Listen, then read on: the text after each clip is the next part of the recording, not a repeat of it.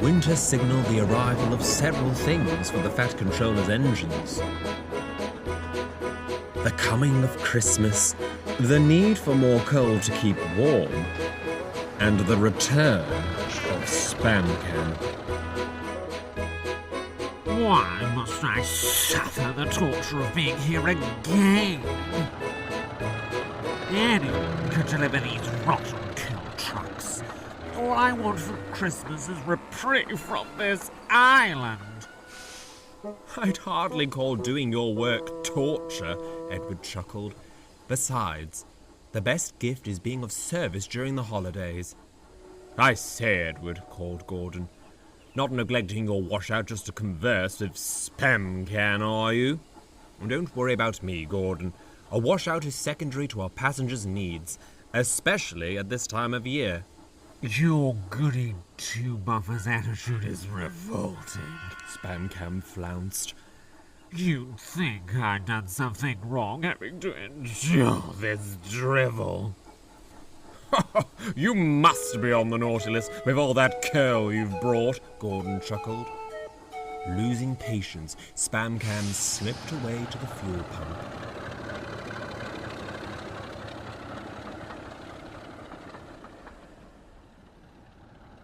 He'd hoped for a quick exit, but free roads were hard to come by at Christmas. He could have assisted with the workload. Instead, he slunk from siding to siding, sneering and being of no help to anyone.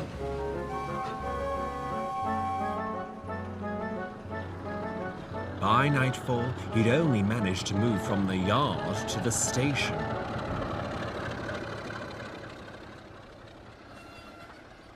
He eyed Gordon and Edward preparing for their evening trains.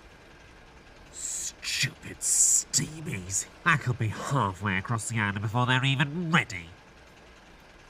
Having had enough, he scuttled up to the signal box.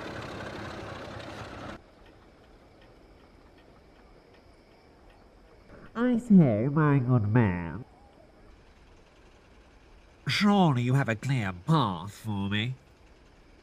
Nope. Oh. I quite understand the weight of your assignment. Why, it's you who ensures everything runs to schedule. Passengers getting home, goods being delivered. Only I'm the engine who must get people and parcels from point A to B. It's only natural. I'm stronger, faster, better, and at the very least more handsome than those aging kettles. You wouldn't want to delay an essential engine like me. All right, for pity's sake. Be on your way. A wise decision. Spam Cam smirked triumphantly. And good tidings to you. With a honk, he shot off into the night. The signalman sighed with relief, not realizing the road he'd sent Spam Cam down was meant for another engine. The very nerve of that diesel, Gordon fumed. Always knew he was a bad omen. Now he's made me late. Just let me catch him. I'll give him something to grumble about. I appreciate your feelings, Gordon, came a stern voice, but I shall be the one to discipline our visitor. Yes, sir, Gordon blushed. You may disagree, the Fat Controller continued, but this delay is very much a blessing. One of your coaches has a fault in its brakes. We must replace it before you can depart. Oh, worse and worse, Gordon groaned. Edward, smiled the Fat Controller, you will depart first. We cannot delay your passengers as well. 199 has been halted at Crosby. You have a clear run to the junction. Off you go, please. Cheer up, Gordon, Edward chuckled as the guard's whistle blew. You'll be making up for lost time soon. I'll warn old Spam Cam on the oncoming storm. But Edward soon found he was in no mood to joke. As he hurried down the line, he felt a shortness of breath. When he reached Crosby, he was wheezing dreadfully. Spamcam, sulking in the siding, eyed him with amusement. "That's torn it," Edward's driver scowled as they came to a stop. "You've barely any steam. This is what you get for neglecting your washouts." "I didn't want to disappoint our passengers," Edward gasped. And how's that going for you? Spamcam smirked smugly. "You've been no help to anyone," Edward scolded, getting his breath back. "Perhaps you could help me to the junction." And why would I do that?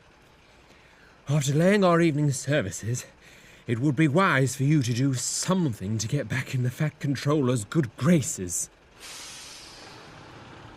Edward's remark had a sobering effect. Spamcam did the smartest thing he'd done all day. With a disgruntled honk, he forged ahead, dragging Edward and the coaches along.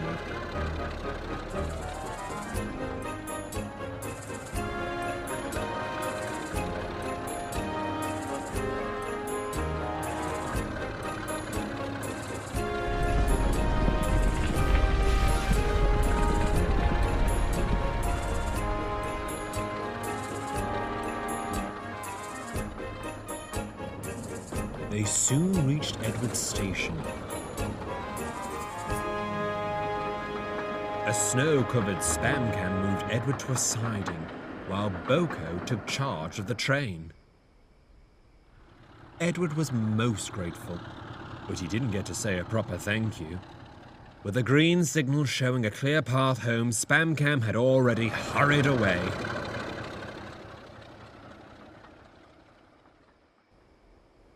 Anyone would think I'd gone soft, he grimaced. Must get home. This railway drives an engine mad. However, his hopes for a fast run were dashed.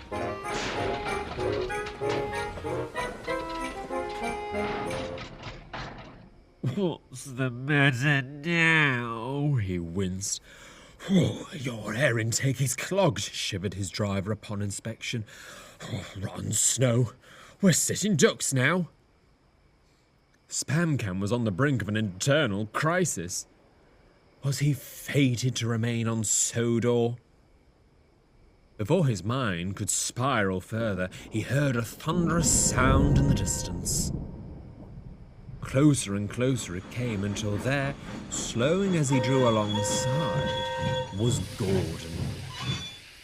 "It takes a bold engine to delay my express," Gordon hissed. "I found your penchant for misfortune humorous until it impeded my work. I've half a mind to leave you here and give the children a new snow engine to play with." Though Spamcam held his glare, Gordon's words formed a pit in his engine. "Imagine my surprise," Gordon continued, softening, "at what little Edward told me as I passed his station." Spamcam watched in confusion as Gordon uncoupled from the coaches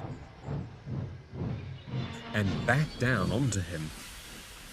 What are you? "Can't have you blocking the line. The Fat Controller would never approve," Gordon sniffed.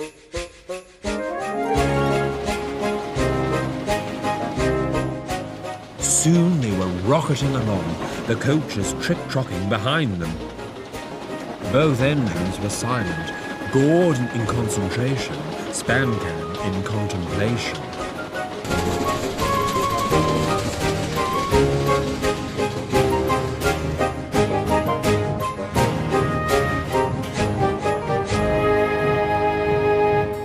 Finally, they arrived at the last station on the other railway.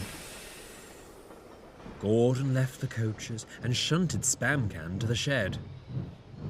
"Well, well," he smirked as he backed down beside the diesel.